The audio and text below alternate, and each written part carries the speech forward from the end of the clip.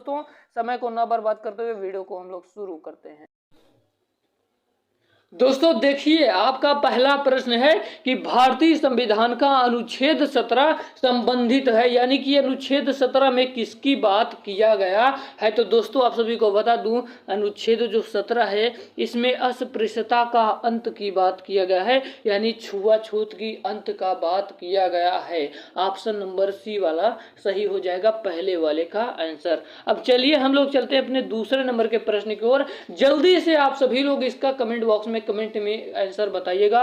और दोस्तों आपको 50 में से कितने का आंसर पता था, एक बार ईमानदारी से जरूर बताइएगा। अगर आपको कुछ भी नहीं आता है फिर भी हम आपको पूरी तैयारी करवाएंगे, आपको टेंशन लेने की बात नहीं है। अगला प्रश्न है कि किस यूनानी इतिहासकार को इतिहास का जनक कहा जाता है। तो दोस्तों आप सभी को बता दूं, इसका करेक्ट आंसर हो जाएगा ऑप्शन नंबर बी वाला, हेरोडोटस जो हैं, हेरोडोटस को इतिहास का जनक कहा जाता है, जो यूनानी इतिहासकार हैं। अब आपका 3 नंबर का प्रश्न है, कह रहे कि सौर मंडल का दूसरा सबसे बड़ा ग्रह कौन सा है। तो दोस्तों आप सभी को बता दूं कि जो सौर मंडल है, इस सौर मंडल में दूसरा सबसे बड़ा ग्रह, उसका नाम है शनि। ऑप्शन नंबर बी वाला करेक्ट हो जाएगा।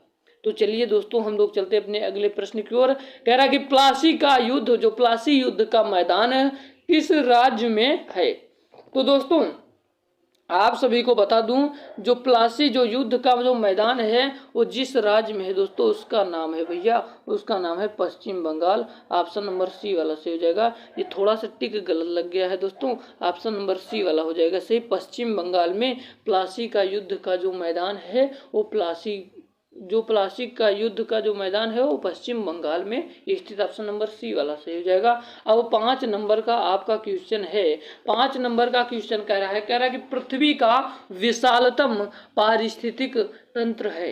तो दोस्तों आप सभी को बता दूं, जो पृथ्वी का जो विशालतम पारिस्थितिक तंत्र है, इसका नाम है भैया, इसका नाम है जीवमंडल। ऑप्शन नंबर डी वाला सही हो जाएगा।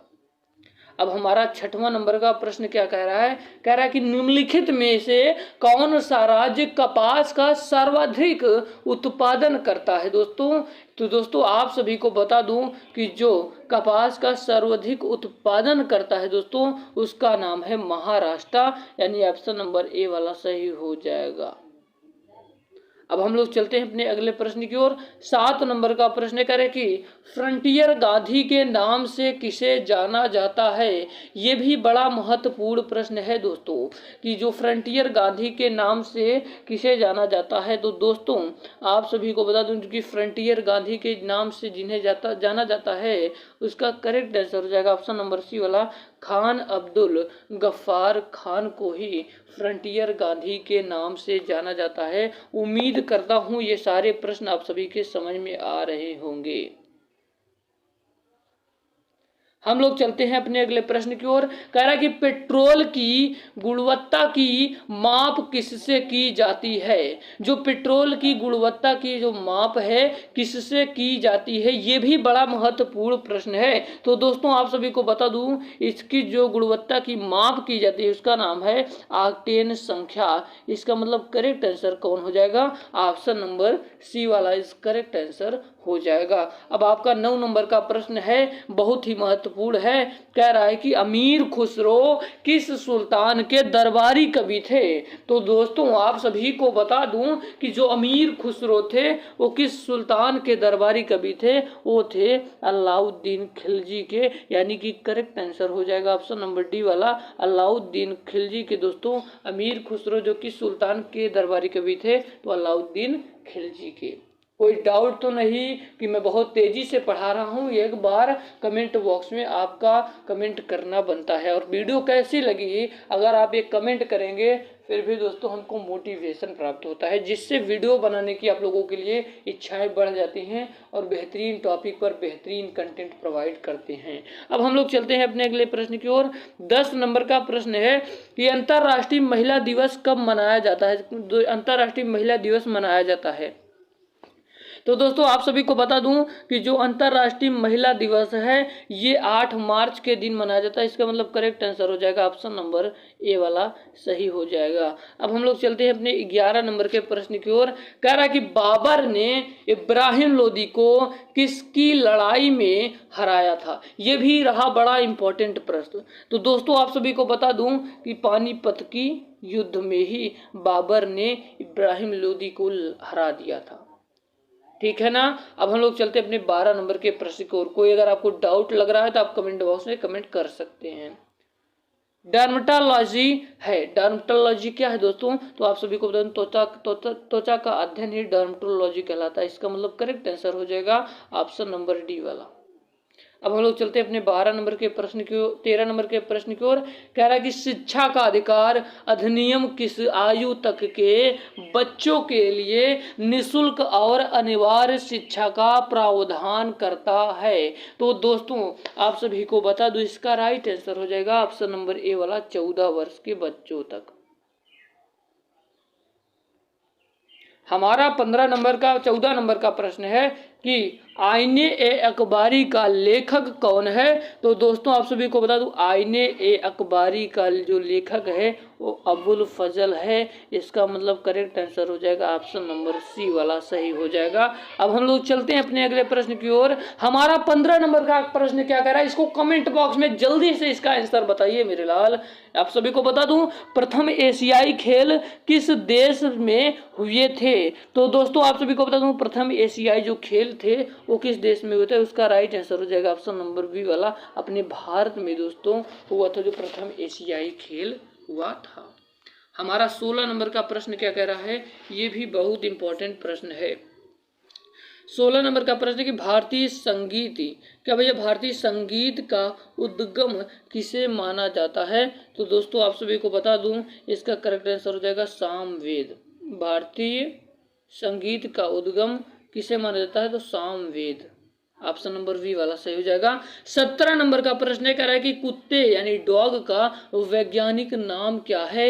ये बहुत ही महत्वपूर्ण प्रश्न है, इसमें बहुत बच्चे फंस जाते हैं, बहुत डाउट है। तो आप सभी को बता दूं कि जो कुत्ते का वैज्ञानिक नाम है वो फेलिस डोमेस्टिका कहा जाता है। ऑप्शन नंबर ए वाला सही हो जाएगा। अब आपका 18 नंबर का प्रश्न है दोस्तों। 18 नंबर का प्रश्न कह रहा है कि पंडित मदन मोहन मालवीय जाने जाते थे। तो जो पंडित मदन मोहन मालवीय जाने जाते थे उसका क्या आंसर हो जाएगा दोस्तों। आप सभी को बता दूं इसका करेक्ट आंसर हो जाएगा ऑप्शन नंबर डी वाला महामना के रूप में भी जाने जाते थे। इसका मतलब ऑप्शन नंबर डी वाला सही हो जाएगा। अब 19 नंबर का प्रश्न है कि कांडला बंदरगाह कहाँ पर स्थित है। कांडला जो बंदरगाह है वो कहाँ पर स्थित है। तो दोस्तों आप सभी को बता दूं जो कांडला बंदरगाह है वो गुजरात में स्थित है। ऑप्शन नंबर ए वाला सही हो जाएगा। जो कांडला बंदरगाह है ये गुजरात में स्थित है। ऑप्शन नंबर ए वाला सही हो जाएगा। अब आपका 20 नंबर का प्रश्न है कि कांजीरंगा राष्ट्रीय उद्यान किसके लिए प्रसिद्ध है। तो दोस्तों आप सभी को बता दूं इसका करेक्ट आंसर हो जाएगा ऑप्शन नंबर ए वाला गेंडा।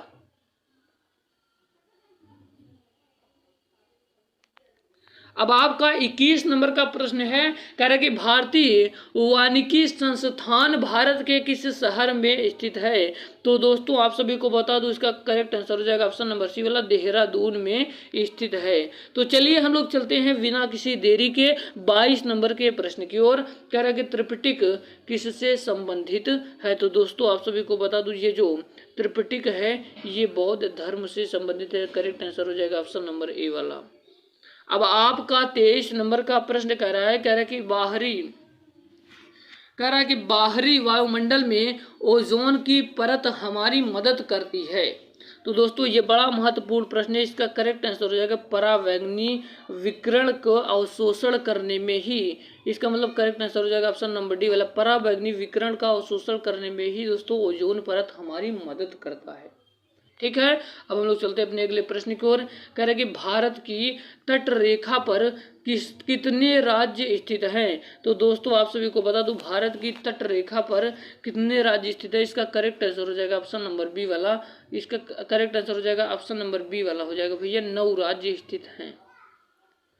अब हमारा 25 नंबर का प्रश्न कह रहा है कि किस शासक के शासन काल में विजयनगर साम्राज्य की स्थापना हुई थी। तो दोस्तों आप सभी को बता दूं, इसका करेक्ट आंसर हो जाएगा ऑप्शन नंबर सी वाला, मोहम्मद बिन तुगलक।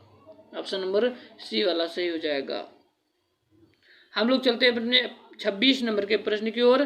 कह रहा है कि अग्निशामक के रूप में किस गैस का प्रयोग किया जाता है। तो दोस्तों आप सभी को बता दूं, इसका करेक्ट आंसर हो जाएगा ऑप्शन नंबर ए वाला, कार्बन डाइऑक्साइड।